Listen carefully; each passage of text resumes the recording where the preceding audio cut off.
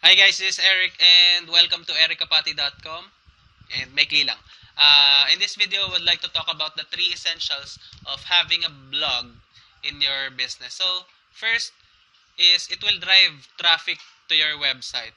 Since you're doing an online marketing strategy, I'm assuming na meron ka ng website where your product or opportunity is located. So, having a blog with a very good content will increase the chance of driving more people papunta dun sa product or sa opportunity na meron ka.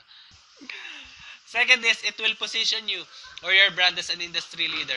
Having a good content with a combination of a very professional looking blog will instantly makes you look like an expert.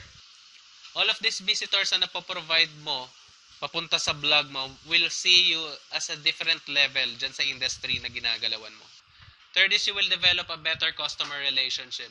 All these people na derive mo sa iyong blog and see you as an expert uh, will instantly feel that all your posts, all your contents na ginagawa mo are very helpful to them. That's why you can instantly build rapport and people will start to like and trust you. So in this case, you can create a better customer relationship. So that's it, and I hope that this video helps you. Sana nakatulong sa iyo to, and if you feel like makakatulong din to sa iba pang kakilala mo, sa iba pang mga business partners mo, you can freely share this article. And I also prepared